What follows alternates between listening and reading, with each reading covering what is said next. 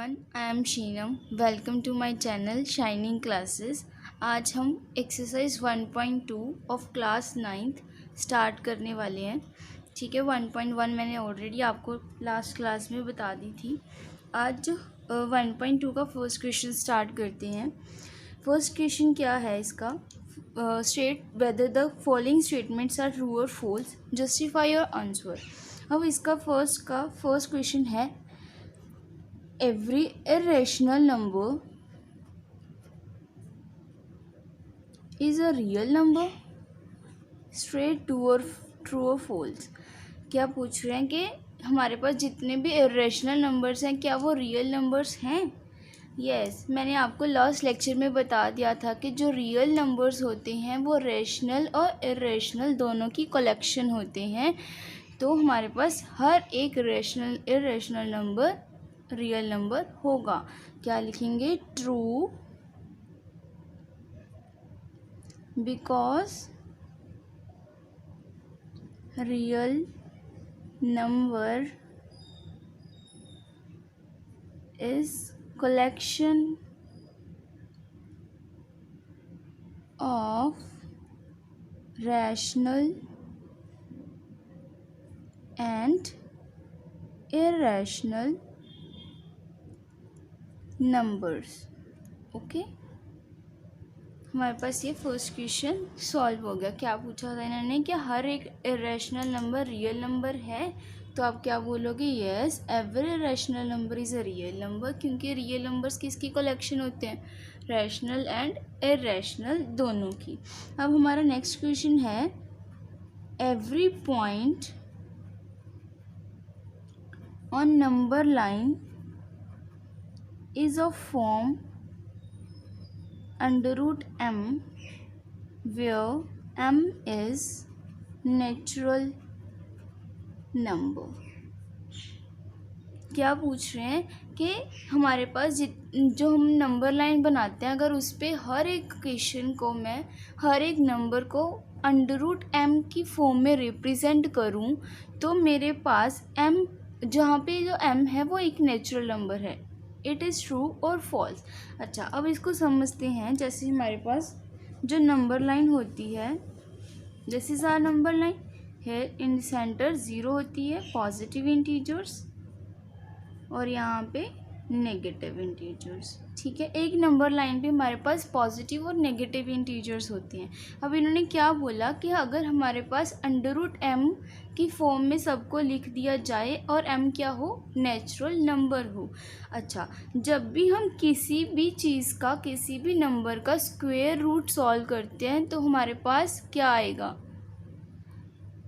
हमारे पास जो सॉल्व करके आता है that will be the positive integer. हमारे पास जैसे नेचुरल नंबर्स लेने हैं, m क्या है? नेचुरल नंबर है। तो अगर हम फर्स्ट नेचुरल नंबर 1 को पुट करें तो 1 आएगा। मतलब अगर 2 को पुट करते हैं तो 1.1 समथिंग वो भी आ जाएगा। तो हमारे पास सभी इंटीजर्स कैसे आ रहे हैं? इसमें पॉजिटिव आ रहे हैं। सभी वैल्यूज़ कैसी आएंगी? अंडर रूट m की कोई भी वैल्यू पुट कर लो, सब पॉजिटिव आएंगी, कोई भी वैल्यू नेगेटिव नहीं आएगी। तो मतलब हम इसको, हर पॉइंट को अंडर रूट m की फॉर्म में रिप्रेजेंट नहीं कर सकते। इसका आंसर क्या आ जाएगा? False, because when we solve square root of any natural number,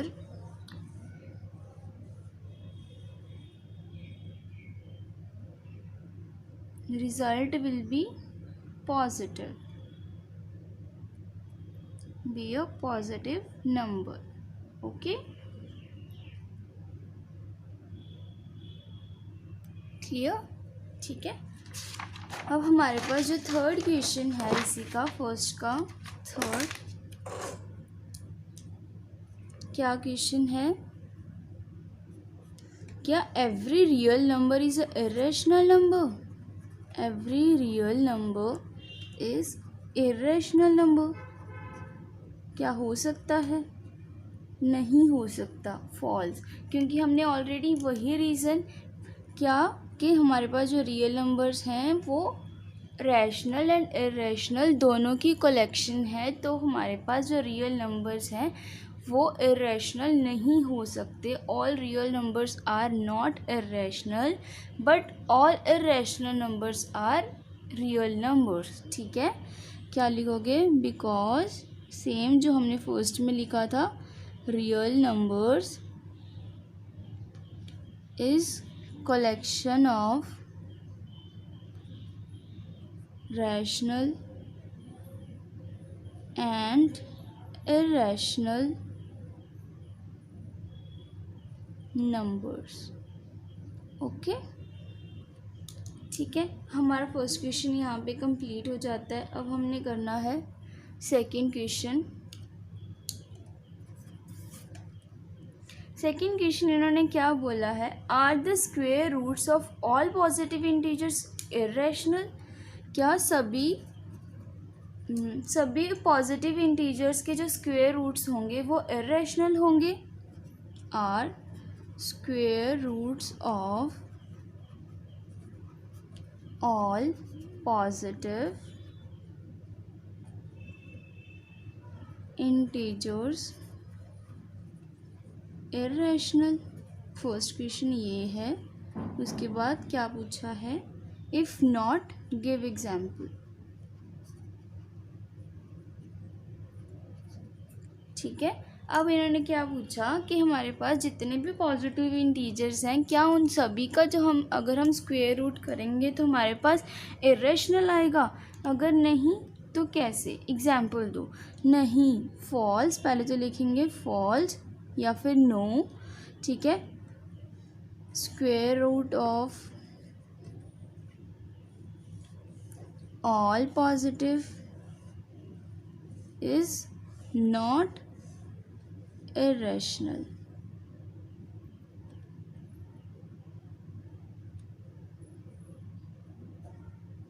जैसे एग्जाम्पल क्या बताओगे इसमें? एग्जाम्पल जैसे कि अगर हम √4 का स्क्वायर करते हैं तो हमारे पास क्या आता है?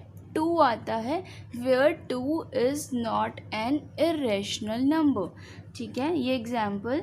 And 2 is not irrational number. Okay, clear? ठीक है, ये दिख रहा है आपको? एक सेकेंड, थोड़ा डार्क कर देती हूँ. Is equals to 2. ओके, अब हम करेंगे क्वेश्चन नंबर 3. क्वेश्चन नंबर 3 क्या है? Represent √5 on a number line. कि हमने √5 को रिप्रेजेंट करना है on a number line. Okay, अब हम स्टार्ट करते हैं इसको रिप्रेजेंट करना.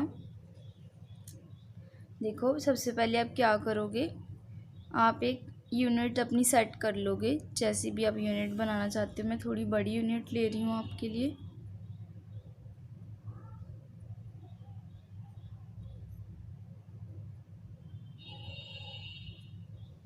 ठीक है, अब मैंने यूनिट्स ले ली हैं. यहाँ पे मैं मार्क कर दूँगी 0 1 2 1 2. ओके, ये हमारे पास अब मैंने यूनिट सेट कर ली हैं. अब हम इस पर √5 को रिप्रेजेंट करेंगे. √5 को कैसे रिप्रेजेंट करते हैं, पहले हम इसकी थोड़ी सी थ्योरी समझते हैं. ठीक है, √5, देखो बच्चे, इसको आपको ब्रेक करना है. थोड़ा सा ऐसे क्वेश्चंस हमेशा आएंगे पेपर में, तो इस कंसेप्ट को थोड़ा अच्छे से समझो. जैसे √5 को हम कैसे लिख सकते हैं? इसको मैं 4+1 लिख सकती हूँ √5 को, या फिर इसे मैं क्या लिख सकती हूँ? 4 किसका स्क्वायर रूट है? 2 का स्क्वायर. और इसे क्या लिख सकती हूँ? 1 का स्क्वायर. आपको इसको ऐसी फॉर्म में लेके आना है कि ये दो स्क्वायर्स का सम हो जाए. ठीक है, √5 को मैंने 2 और 1 के स्क्वायर की फॉर्म में ले लिया है. अब हम इसको रिप्रेजेंट कैसे करते हैं, बनाते कैसे हैं? देखो, अब हमें जितनी भी यूनिट्स यहाँ दी होंगी, सब जैसे कि पहले आया 2, तो हम यहाँ पे 2 यूनिट्स ले लेंगे, इतनी यहाँ. ठीक है, हम यहाँ पे कट लगा लेंगे. 2 यूनिट्स तो हमारी, हमने यहाँ से यहाँ तक का डिस्टेंस ले लिया. अब हमें कितना बनाना है? 1 यूनिट. मैं अब कंपास को 1 यूनिट ओपन करूँगी और 1 यूनिट का कट मैं यहाँ लगा दूँगी, ठीक है।